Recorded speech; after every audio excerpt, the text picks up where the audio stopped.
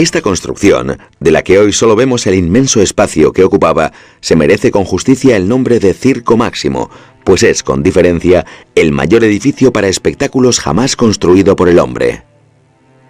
Los romanos decían que había sido fundado por los antiguos reyes en el siglo VI a.C., pero parece como si la propia naturaleza hubiera escogido este emplazamiento, cuyas dimensiones superan las medidas humanas.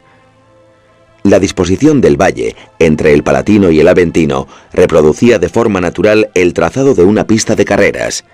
Las laderas de las colinas servían de improvisado graderío, y la cualidad esponjosa del terreno era muy adecuada para amortiguar las terribles caídas de los corredores. En aquellos primeros tiempos, el Circo Máximo debía de tener un aspecto similar al que contemplamos hoy en día. Su único adorno eran dos grandes conos de madera, llamados metas, situados en los extremos de la pista, alrededor de los cuales giraban los carros durante la prueba. Con el tiempo, las metas quedaron unidas por un zócalo longitudinal, la espina, que servía además para canalizar el riachuelo que discurría por el centro del valle. Poco a poco, el gran circo fue adquiriendo un aspecto monumental. Se levantaron gradas de madera en las laderas y se construyeron cobertizos para agrupar a las cuadrigas antes de la salida. En el siglo I a.C., el gran general Pompeyo ofreció una lucha de elefantes en su arena y por primera vez hizo instalar unas vallas de hierro para proteger al público, lo que no evitó que los paquidermos, enloquecidos por los gritos de la muchedumbre, las derribaran y obligaran a huir a los aterrorizados espectadores. Para mayor seguridad, Julio César hizo rodear toda la pista de un foso con agua y acondicionó las laderas de las colinas para dar asiento a 150.000 personas. Augusto, el primer emperador, construyó una tribuna imperial y adornó la espina del circo con un obelisco de 24 metros de altura que había sido tallado en el año 1280 a.C. durante el reinado de Ramsés II y hoy se encuentra en la Piazza del Popolo. Tras el famoso incendio de Roma del año 64, Nerón eliminó el foso de protección para construir magníficos asientos para senadores y caballeros, y posteriormente Trajano realizó nuevas ampliaciones. Tras estas reformas, el peso de las gradas de madera era tan descomunal que se vinieron abajo a finales del siglo III, cobrándose la vida de 15.000 espectadores. En el siglo IV, la espina del circo quedó adornada con un segundo obelisco de 32 metros de altura que en la actualidad se encuentra en San Juan de Letrán y es el más grande de los obeliscos de Roma. Fue tallado por el gran faraón Tutmosis III, 1500 años antes de Cristo, y se instaló en el Circo Máximo después de un azaroso periplo.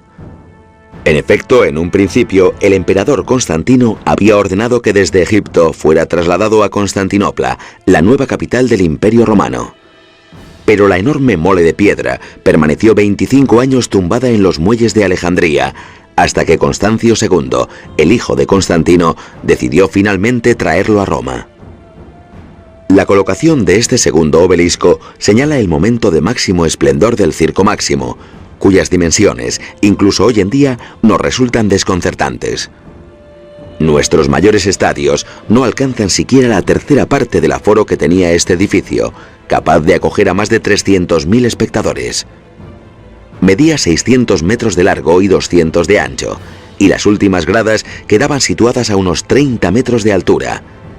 Para soportar el peso del graderío, los dos primeros pisos eran de hormigón y el último de madera.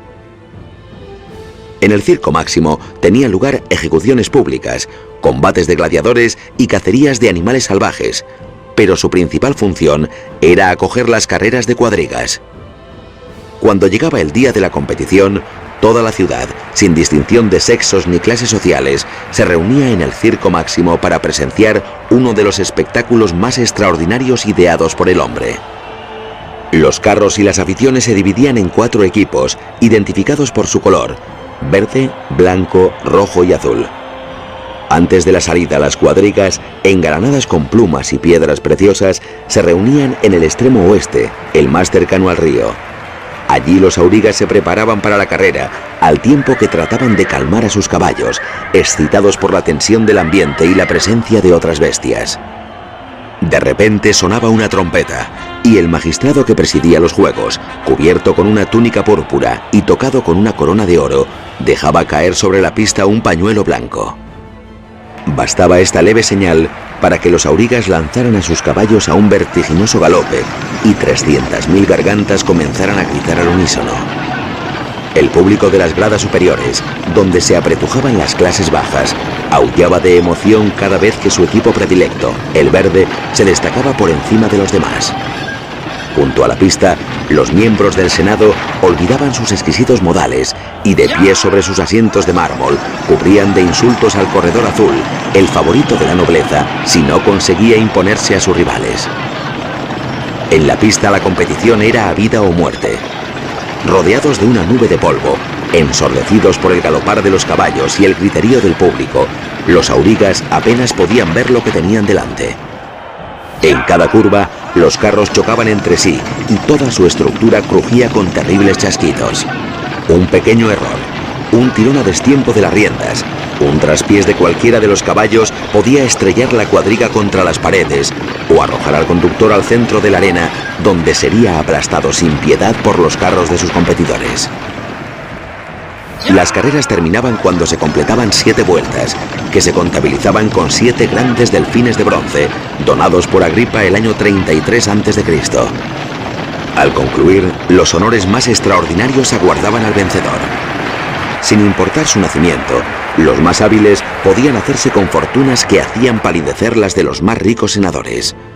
Roma, cuyas paredes se cubrían con los retratos de los ganadores, permitía cualquier capricho a estos hombres valientes. Las damas se disputaban sus favores, los hombres su compañía, y si cometían un crimen, podían tener la certeza de que éste quedaría impune.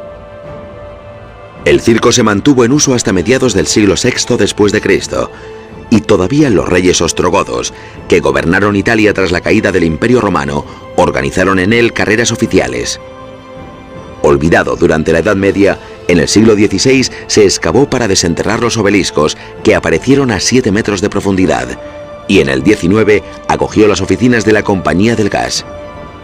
En los años 30 del siglo pasado, toda el área se despejó para convertirla en el parque público que contemplamos hoy en día, y se realizaron las excavaciones que sacaron a la luz las estructuras que puede ver en uno de sus extremos.